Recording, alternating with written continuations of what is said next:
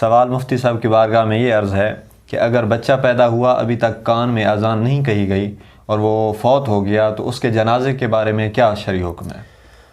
وعلیکم السلام ورحمۃ اللہ۔ سوال کیا ہے کہ بچہ پیدا ہوا لیکن اذان پڑھنے سے پہلے ہی بچہ فوت ہو گیا تو جنازے کا کیا حکم ہے؟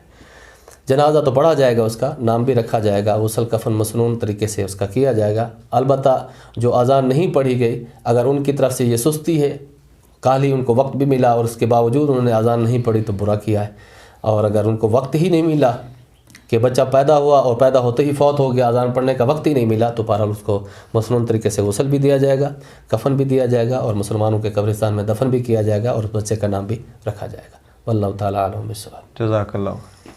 سوال یہ عرض ہے کہ اگر قرآن پاک ہاتھ سے گر جائے زمین پر تو اس کا کفارہ کیا ہے؟ وعلیکم السلام ورحمۃ اللہ۔ سوال پوچھا کہ اگر قرآن کریم ہاتھ سے گر جائے تو اس کا کیا کفارہ ہے؟